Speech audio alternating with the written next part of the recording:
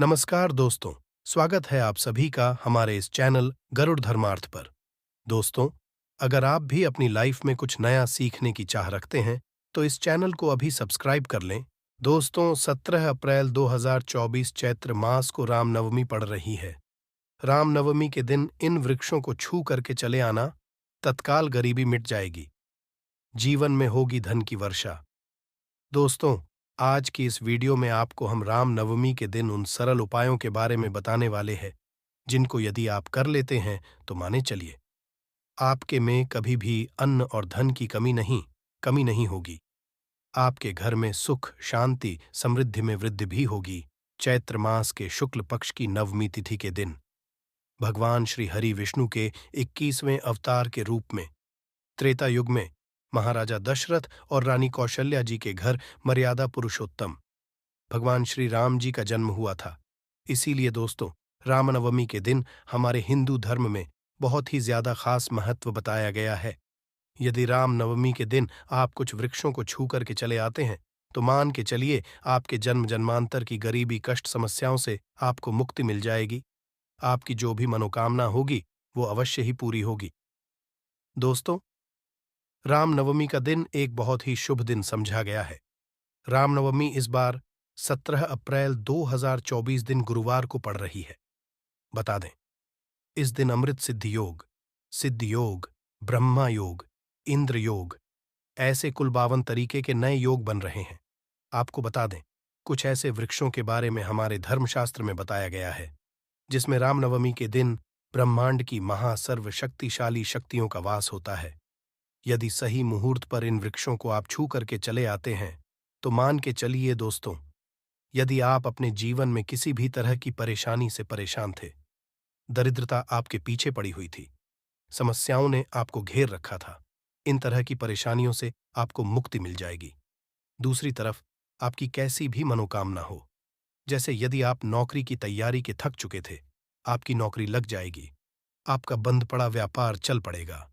आपके पास जो धन आना बंद हो गया था, धन आना शुरू हो जाएगा। जो आपके पास बेफिजूल खर्ची थी, बेफिजूल खर्ची रुक जाएगी और आपके धन में वृद्धि भी होगी। जिस कार्य को भी आप शुरू करेंगे, उस कार्य आपको सफलता हासिल होगी। ध्यान रखिएगा दोस्तों, जिन वृक्षों के बारे में हम आपको बताने जा रहे हैं, धर्मशास्त्र के हिसाब से ये पावन वृक्ष हैं। मतलब कि केवल इन वृक्षों को छू लेने भर से आपको अपनी हर तरह की समस्याओं से, जहां एक तरफ मुक्ति मिलेगी, दूसरी तरफ आपके जीवन में आपकी जो भी होगी वो भगवान श्री राम जी के आशीर्वाद से अवश्य ही पूरी हो जाएगी। देखिए दोस्तों, हमारे धर्मशास्त्र में साफ साफ हुआ है कि पेड़ पौधे वनस्पति में भगवानों का वास होता है।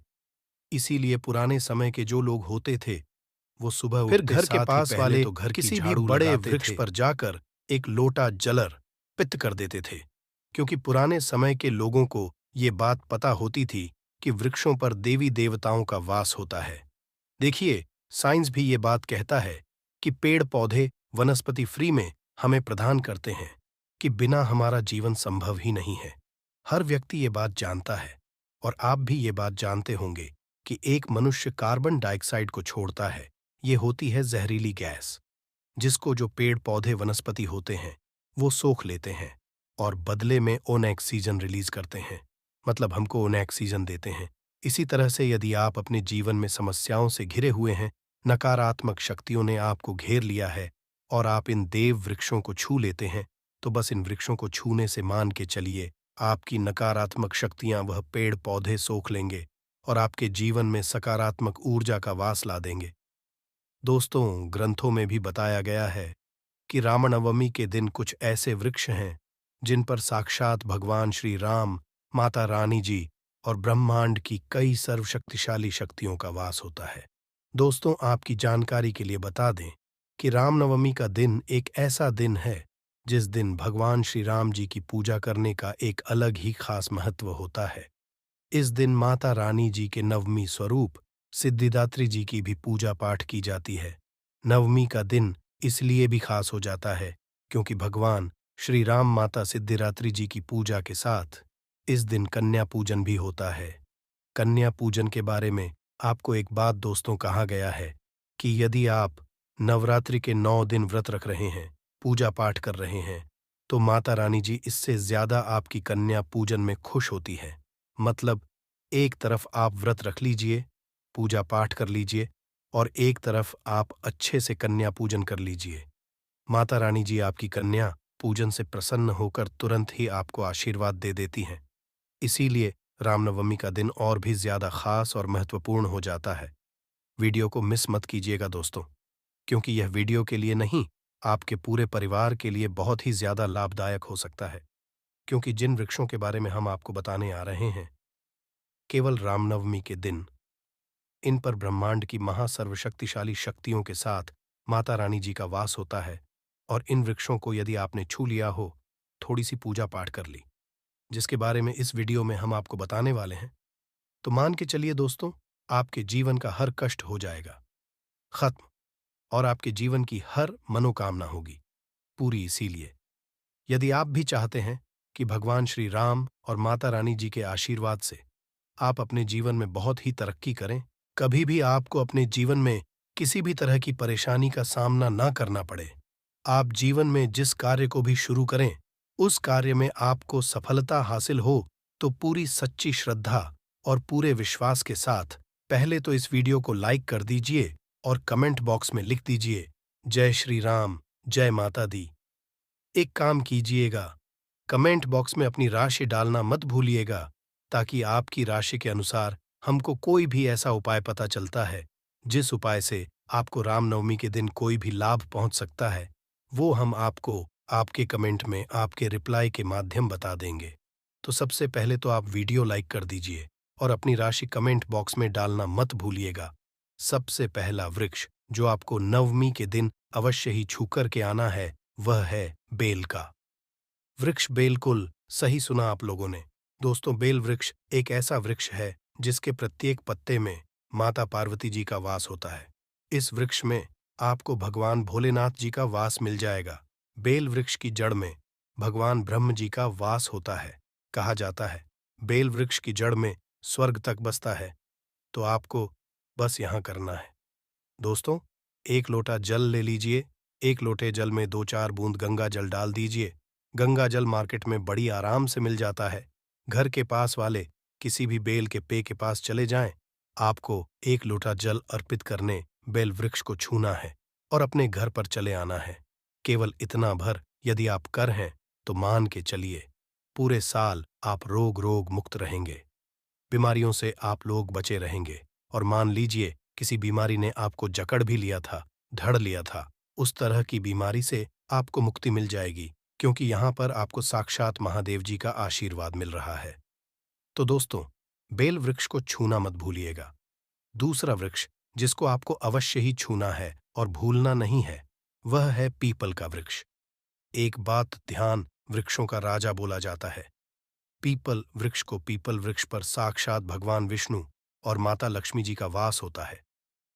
और पीपल वृक्ष जो है दोस्तों, उसमें भगवान हनुमान जी महाराज भी बचते हैं और इसमें कई तरह के देवी देवताओं का वास होता है। तो आपको बस यह करना है कि रामनवमी के दिन घर के पास वाले किसी भी पीपल वृक्ष पर जाना है। पहले तो आप लोगों को यह सुबह के वक्त करना है। ध्यान कि आपको सुबह के वक्त या सूर्यास्त से पहले भी आप ये उपाय कर सकते हैं, लेकिन सुबह के वक्त यदि यह उपाय करते हैं तो बहुत ही अच्छा मन आएगा। लेकिन यदि आपके पास समय नहीं बचता है तो आप सूर्यास्त से पहले मतलब 5-6 बजे तक भी इस उपाय को कर लीजिएगा।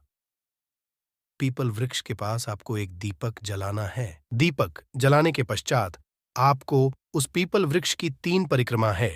3 परिक्रमा करते वक्त आपको भगवान श्री हरि विष्णु जी का बीज मंत्र बोलना है।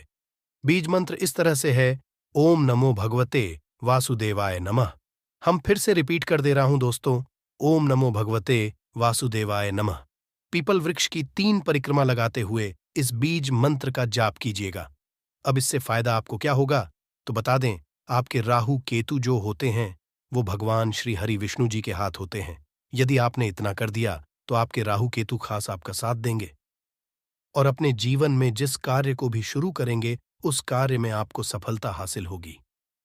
आप अपने जीवन में बहुत ही आगे जाएंगे और समझा जाता है कि जो व्यक्ति भगवान श्री विष्णु जी का आशीर्वाद हासिल कर लेता है, माता लक्ष्मी जी का भी उसको आशीर्वाद मिलता है और उस व्यक्ति के जीवन में धन खींचा हुआ चला आता है। तीसरा वृक्ष को अवश्य ही आपको छूना है, सूर्यास्त से पहले। वह है नियम का वृक्ष। बिल्कुल सही सुना आप लोगों ने। एक बात का जरा ध्यान रखिएगा, नवरात्रि के समय नियम के वृक्ष में माता रानी जी के 9 स्वरूप वास करते हैं। कहा जाता है कि के वृक्ष को यदि आप लोग नवरात्रि के दिन या रामनवमी के दिन छू करके चले आते हैं तो इससे आपका घर जो है वो खास सुरक्षित रहता है। मान लीजिए आपने नीम के वृक्ष को छू लिया, आपके लाखों शत्रु आपके खिलाफ खड़े हो, वो आपका कुछ भी नहीं बिगाड़ पाएंगे, क्योंकि यहां पर आपको माता रानी जी का साक्षात आशीर्वाद मिल रहा है। आपके घर पर काला जादू, काली विद्या, इन सब का कोई भी असर नहीं होगा। तो आप लोगों को इस बात का खास करके ध्यान रखना है कि नियम के वृक्ष को आप लोगों को छू कर आकर घर पर पूजा पाठ कर लेनी है, क्योंकि रामनवमी का दिन है दोस्तों। और आखिरी वृक्ष जिसको आपको छूना ही छूना है वह अशोक का वृक्ष। बिल्कुल सही सुना आप लोगों ने। अशोक के वृक्ष को छूने से पहले इस बात का ध्यान रखिएगा, 1 लोटा आप लोगों को कच्चा दूध लेना है, उसमें हल्दी मिला देनी है। अशोक वृक्ष पर जाइए, इसी लोटे जल को अर्पित कर दीजिए और यहां पर इस वृक्ष को आपको छू लेना है। क्योंकि दोस्त, तो अशोक का वृक्ष एक अकेला ऐसा वृक्ष है जिसमें ब्रह्मांड की सारी शक्तियां वास करती हैं। एकादशी हो गया, अमावस्या हो गई, पूर्णिमा हो गई, रामनवमी हो गई, इन तरीके के शुभ दिनों पर ब्रह्मांड की सारी शक्तियां इस वृक्ष पर वास करने आती हैं।